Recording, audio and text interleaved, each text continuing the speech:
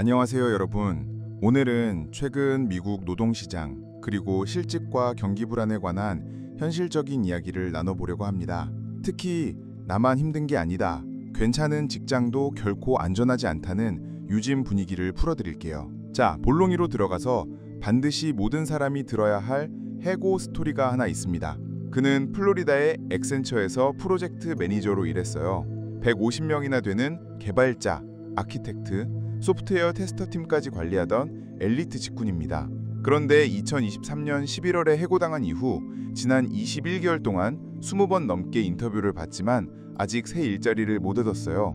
아내는 집에서 육아만 하다 보니 가게 사정은 더욱 힘들어졌고 도어대시 같은 일로 생계를 잇고 실업수당과 가족에게 경제적 지원을 받고 있다고 합니다.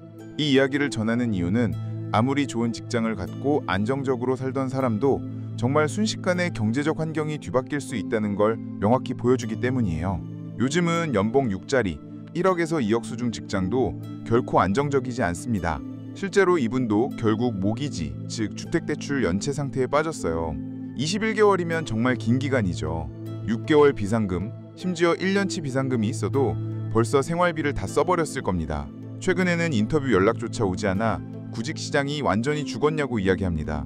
이런 상황이 특히 힘든 이유는 이 사람이 해당 업계에서 경력도 많고 보수도 높은 전문 직종임에도 불구하고 이런 높은 연봉을 제공하는 자리가 요즘엔 거의 찾아보기 힘들기 때문이죠. 실제로 헤드헌터들이 프로필을 볼 때마다 너무 비싼 인재, 지금은 기업들이 무조건 비용 절감에 집중하기 때문에 고연봉 직원 채용 유인이 별로 없습니다.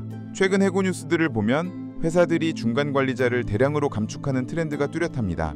조직 내에서 중간 관리자들, 즉 실무 경영진 사이의 다리 역할은 이제 불필요한 반복 업무와 비용 부담 때문에 줄어들고 있어요.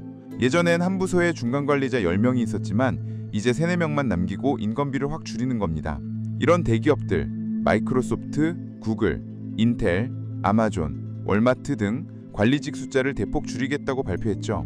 실제 통계에 따르면 2022년 1월부터 2024년 9월까지 45세에서 54세 관리직 해고는 66%나 급증했고 35세에서 44세 중간 관리자 해고율은 무려 400% 폭등했어요. 이런 현상을 조직 평탄화, 즉 그레이트 플래트닝이라고 부르는데 비용과 조직의 불필요한 복잡함을 최대한 줄이기 위한 흐름입니다. 웃긴 예시로 영화 오피스 스페이스의 보스 8명에게 업무 보고 개그가 떠오르죠. 실제로 너무 많은 중간 보스가 필요 없다는 현실을 대기업들이 깨닫게 된 겁니다. 액센처의 그분은 예전 시급 87달러, 약 2억 초반 수준 받았는데 요즘은 65에서 85달러 직군을 알아보고 있습니다. 그런데 대부분 헤드헌터가 이 임금은 지금은 너무 높다고 하고 오퍼가 왔던 유일한 곳도 시급 35달러, 약 65% 임금 삭감만 줄 수 있다고 했대요. 그 정도 임금 삭감이라면 자존심 문제뿐 아니라 사실상 삶의 질 자체가 바뀌게 됩니다. 현재 목표는 시간당 50달러만 이상 받으면 맞겠다고 선을 그어두고 있는데 이마저도 40% 임금 삭감에 가까운 수준이죠. 고물가 시대에 맞벌이도 아니고 아내 육아까지 겹치는 상황이면 답이 없습니다.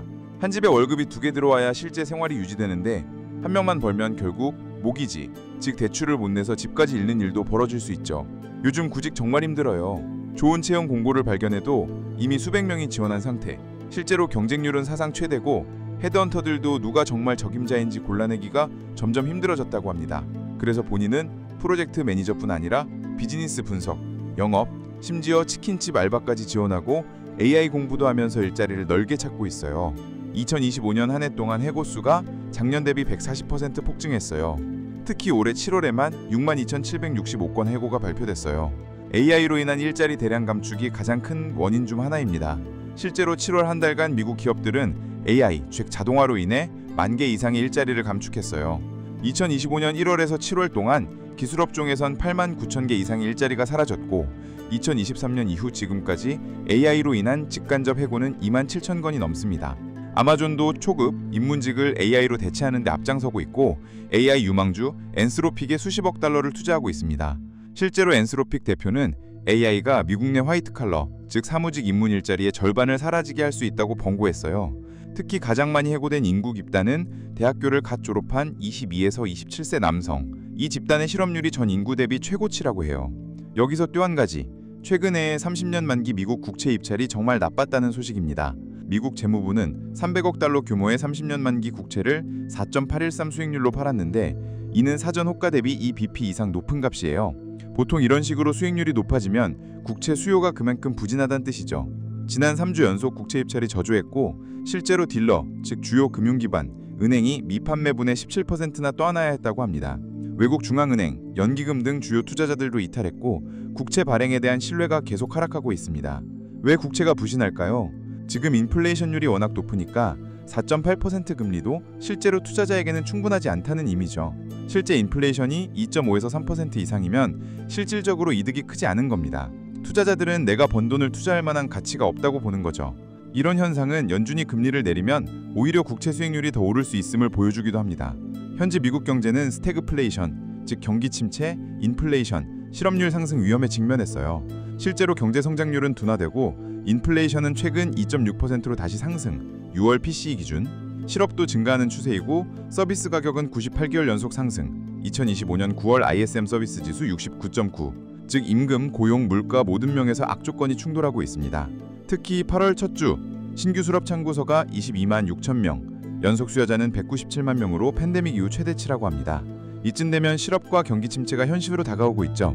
이 모든 이야기의 결론은 이제 아무리 자신이 안전하다고 느껴도 언제라도 경제적 부침, 갑작스러운 실직, 급여 삭감, 재산 손실 등 대대적인 위기에 휩쓸 수 있다는 겁니다.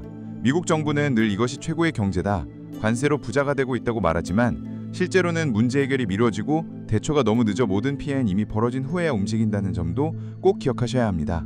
여러분의 직업 시장, 취업 현황에도 혹시 비슷한 변화가 느껴진다면 댓글로 꼭 청유해 주시고 이 영상이 조금이라도 도움이 되었다면 구독과 좋아요 부탁드립니다. 앞으로도 함께 지켜보며 현실적인 경제 뉴스로 계속 찾아뵙겠습니다.